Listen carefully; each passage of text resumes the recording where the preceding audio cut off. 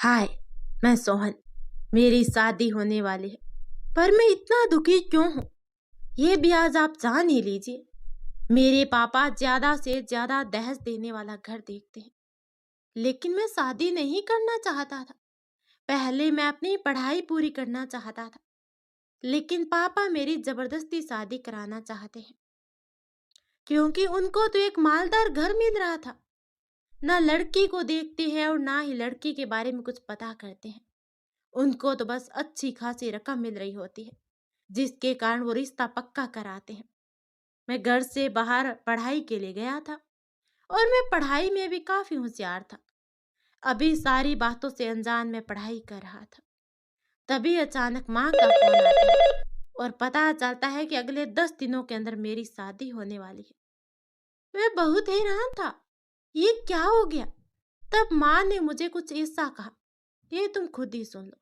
बेटा, लड़की बहुत सुंदर है, तुम्हें हमेशा खुश रखेगी। और तो और तुम्हारे पढ़ाई का खर्चा भी लड़के वाले ही दे रहे हैं। और पता है, अच्छी खासी रकम केस में मिल रही है। जब मुझे शादी नहीं करनी माँ, तो आप ये सब मुझे क्यों सुना रहे हैं। देख बेटा, समय के अनुसार अगर शादी हो जाए तो वही अच्छा है। माँ, आपने लड़की को देखा? हाँ बेटा, मैंने लड़की को देखा है। क्या मैं एक बार उस लड़की से मिल सकता हूँ? लेकिन माँ ने मुझे लड़की से मिलने से मना कर दिया।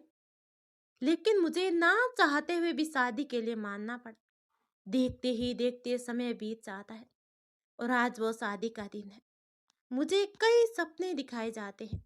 मैं अपने ससुराल पहुंचता, और वहां का नजारा कुछ अलग ही होता है, जिसे देख मैं सहम जाता हूँ। सब लोगों के हाथ में राइफल होते हैं। मुझे समझ में नहीं आता।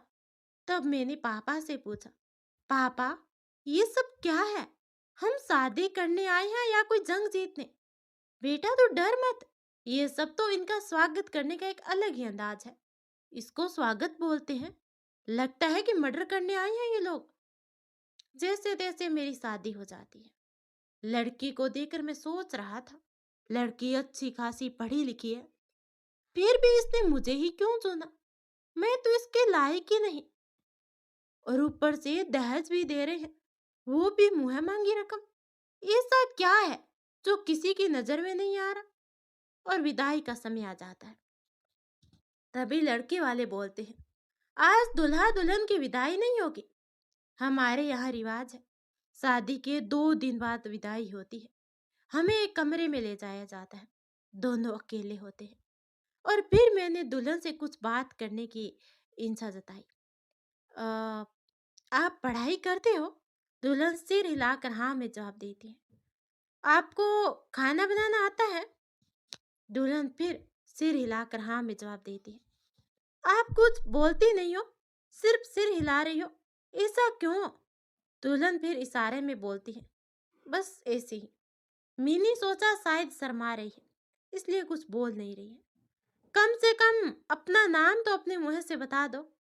इतना सुनकर दुल्हन जोर जोर से रोने लगती है। सब घर वाले आ जाते हैं। मैं तो डर जाता हूँ। घर के सारे लोग एक अजीब ही नाम से दुल्हन को पुकारते हैं। "अरे गूंगी, क्या हुआ? रो क्यों रही है? किसी ने कुछ कहा क्या?" दुल्हन पुनः सिर हिलाकर ना में जवाब देती है। इधर मेरे तो पैरों तले जमीन खिसक जाती है। अरे दुल्हन तो गूंगी है। मुझे जैसे ही पता चला कि दुल्हन गूंगी है, मैं बिना देरी किए ससुराल से भागने की कोशिश की, लेकिन मैं कामयाब नहीं हो पाया। मैं बाहर गया चुपके से, लेकिन उन लोगों ने देख लिया और मुझे पकड़कर जबरदस्ती मुझे कमरे के अंदर धकेल दिया और कमरा बंद कर दिया। मैं अपनी किस्मत को कोस रहा था। दिमाग में बस एक ही बात चल रही थी कि मेरे साथ बहुत बड़ा धोखा हुआ है। मौका मिलते ही मैंने अपने पापा को फोन किया। "हेलो पापा, मैं सोहन बोल रहा हूँ।" मैंने पापा को सारी बात बता दी। "अब कुछ नहीं रहा पापा, मुझे बस घर आना है, वो भी अभी के अभी।" पापा भी हैरान थे। इतने में फोन कट जाता है। देखते ही देखते रात हो गई। मैंने शौचालय से बाहर निकलकर दादी को फोन किया। मैंने दादी को सारी बात बता दी। ऐसी बात है तो तुम वहां से भाग जाओ ना। नहीं दादी, मैं भाग नहीं सकता। और अगर मैं यहाँ से भागा तो ये लोग मुझे जान से मार देंगे। ये लोग बहुत खतरनाक है, कुछ भी कर सकते हैं। पहले घर आने तो दो, फिर देखते हैं क्या करना है। अब मैं जाकर अपने कमरे में सो जाता हूँ और सुबह होने का इंतजार था। जैसे ही सुबह होती है और धूमधाम से विदाई हो जाती है और कुछ ही घंटों के बाद घर में सबको सच बताता। सभी जानकर दंग रह जाते हैं कि दुल्हन गूंगी है। ये सुनकर सबका खून खोल उठता है। कोई उस बेचारी का मजाक उड़ा रहा था तो कोई गाली दे रहा था। कोई कुछ बोलता तो कोई कुछ बोल रहा था। बेचारी पत्थर की मूर्त बनकर सब सुन रही थी। और सब लोग दुल्हन का सारा सामान ले लिए। यहाँ तक कि दुल्हन ने जो जेवर पहने थे वो भी उतरवा लिए। लेकिन माँ ने दुल्हन को बहुत मारा। मारपीट की आवाज सुनकर कुछ पड़ोसी लोग दुल्हन को बचाने आए। बोले कि ये आप क्या कर रहे हैं? जो भी है ये आपके घर की इज्जत है। ये सारी बातें सुनकर मेरे घर वालों को जैसे मिर्ची लग गई थी। अरे अगर दुल्हन इतनी अच्छी है तो तुम ही रख लो ना अपने घर में। अपने बेटे से ही शादी करवा दो। ये बात सुनकर सब पड़ोस वाले लोग गुस्सा हो जाते हैं और बोलते हैं, बहन, पैसा का इतना घमंड ना करो। कौन नहीं जानता आपको? आपने अपने बेटे को बेचा है।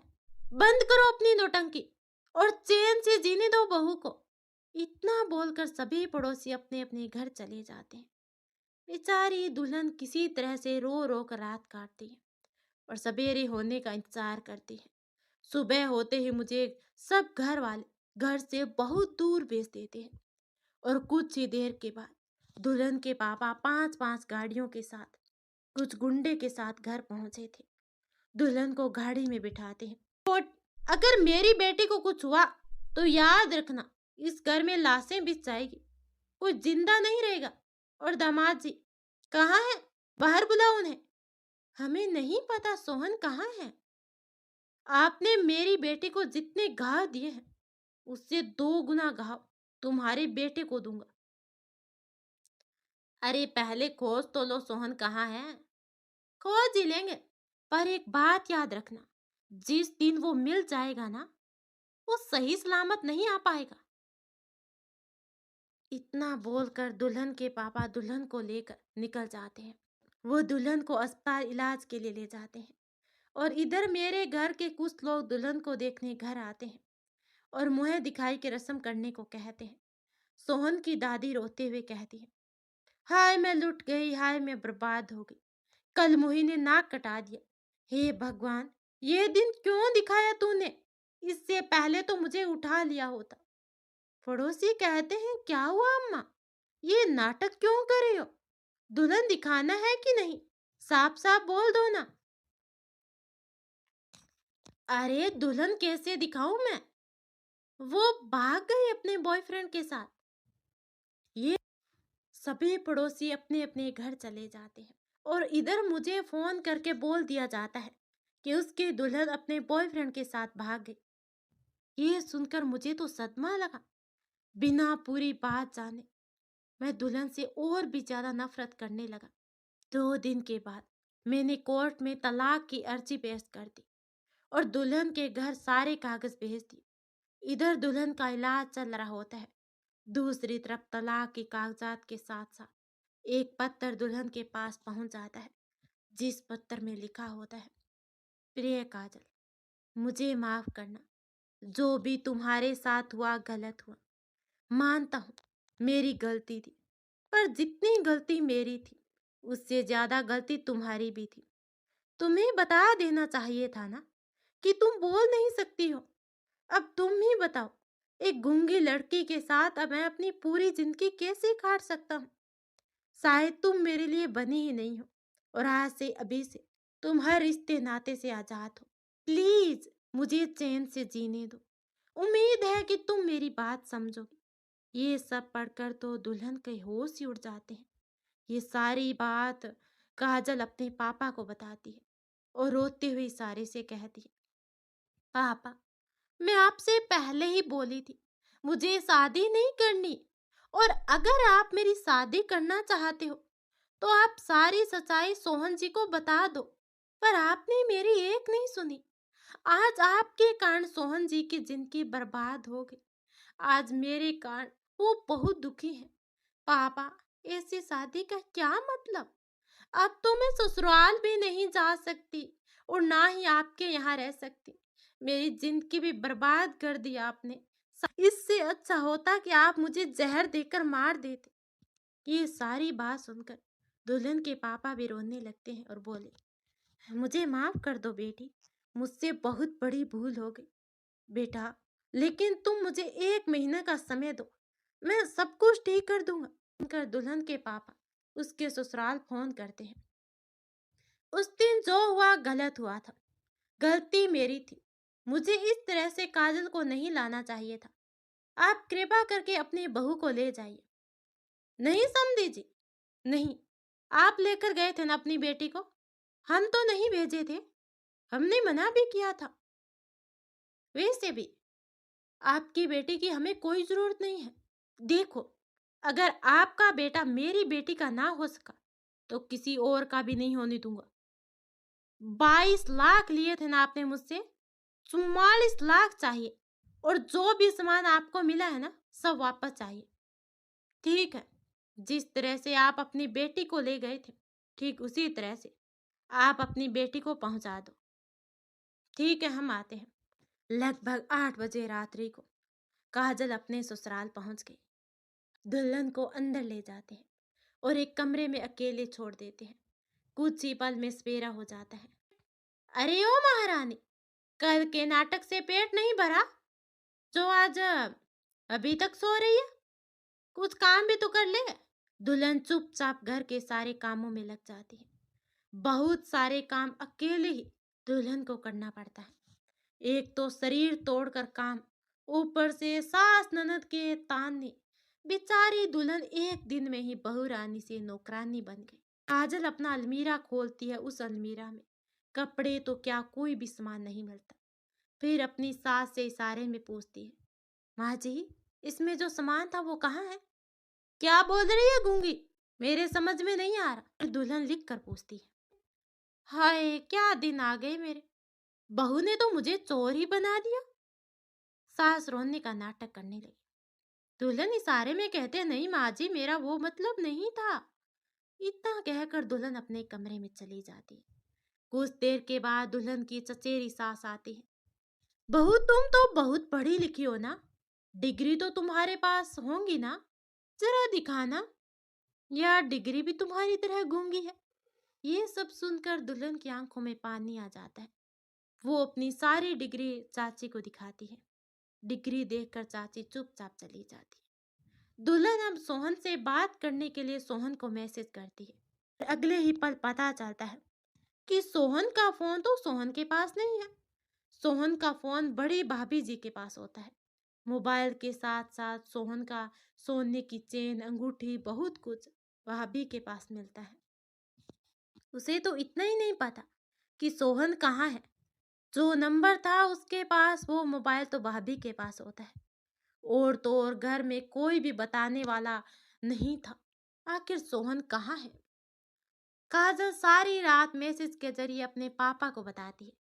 पापा कहते हैं, क्या करोगी बेटी, शायद तेरी यही किस्मत में है। जो हो रहा है होने दे और चुपचाप सोहन का इंतजार कर, वो जरूर आएगा। महीने के 4 सप्ताह दुल्हन के पापा कुछ न कुछ भेजा करते थे ताकि उनकी बेटी ससुराल में खुश रह सके। पर खुशी तो जैसे उसके इर्द गिर्द ही नहीं थी। कुछ दिनों के बाद काजल को एक अनजान नंबर से संदेश आता है। पता नहीं ऐसा क्या लिखा था उसमें। फिर से वही नाटक चालू हो जाता है। दुल्हन की मारपीट, गाली गलौज, न जाने क्या क्या आरोप लगाए जाते हैं। बिना कुछ जाने समझे आस पड़ोस के लोग भी आकर 4 गाली दे जाते थे। अंत में सबने मिलकर दुल्हन को घर से बाहर निकाल दी। अब भगवान जाने या उनके घर वाले जाने कि क्या होगा। इतनी बेरहमी से दुल्हन को मारा और गंदी गंदी गालियां दी। इधर काजल के पापा काजल को लेने आ जाते हैं। काजल के घर का रास्ता एक गंगा नदी को पार करके जाता था। उसी गंगा में पिता ने अपनी बेटी को मारने की कोशिश की, जो बिल्कुल गलत था। वो तो अच्छा हुआ कि उसी समय एक पुलिस की गाड़ी आ गई, नहीं तो उसी समय काजल को नदी में फेंक देते। घर पहुंचते ही काजल को एक कमरे में बंद कर दिया गया। सोहन का कुछ भी पता नहीं चल रहा था। बाद में पता बाद में पता चलता है कि फोन पर आया हुआ संदेश एक साजिश था, जिससे दुल्हन को सिर्फ बदनामी मिले। ये साजिश सोहन की भाभी की थी, जिससे सोहन का भी हिस्सा सारी संपत्ति भाभी जी को मिल जाए और सोहन जीवन भर अकेला रहे। और ये भी पता चलता है कि आज तक जो भी हुआ उन सारी बातों का जिम्मेदार सिर्फ और सिर्फ भाभी ही है। और दूसरी तरफ दुल्हन ने जहर खा ली और बचने की कोई उम्मीद नहीं थी। और उधर मुझे भी सच्चाई का पता चल गया था कि आज तक जो भी हुआ उसमें दुल्हन का कोई दोष नहीं है। और ये भी पता चल गया कि मेरी शादी जानबूझकर गूंगी से करवाई गई, जिससे दहेज अधिक मिले। और ये भी पता चलता है कि सारा दोष मेरे पापा का था। काजल तो सब कुछ बताना चाहती थी, पर वो मजबूर थी। मुझे जैसी सच्चाई पता चली, मैं बिना देरी किए काजल के पास जाने का फैसला किया। पर शायद मुझे समझने में देरी हो चुकी थी। जैसे मैं घर पहुंचा तो पता चला कि काजल अपनी माँ के यहाँ है। और जब वहां पहुंचा तो पता चलता कि काजल अस्पताल में है। बिना देरी किए मैं अस्पताल के लिए निकल जाता। काजल अपनी अंतिम सांस गिन रही थी। मैं अपनी गलती की माफी मांगता, पर बहुत देर हो चुकी थी। उसके चेहरे पर एक अजीब सी हंसी थी, पर ये कुछ ही मिनटों के लिए थी। मेरी बात पूरी भी नहीं हुई और काजल ने अपना दम तोड़ दिया और वो इस दुनिया से हमेशा के लिए जा चुकी थी। अब कुछ हो भी तो नहीं सकता था। वो कहते हैं ना, आप पछताए क्या होत जब चिड़िया चुग गई खेत। काश मैं काजल की मजबूरी को समझ पाता और समय रहते सब ठीक हो जाता। क्या गलती थी काजल की, जो एक बेगुनाह की मौत हुई। यह गलती थी सोहन की, जो उसने काजल की बिना बातें सुने उसे इतना प्रताड़ित किया। शायद इसीलिए कहते हैं, अगर आपको जरूरत के हिसाब से धन ज्यादा मिल रहा है तो वहां कुछ ना कुछ गड़बड़ जरूर है। इसलिए कहते हैं, कोई भी फैसला सोच समझ कर करना चाहिए और जरूरत पड़ने पर अपने हक और अधिकार के लिए लड़ना भी चाहिए।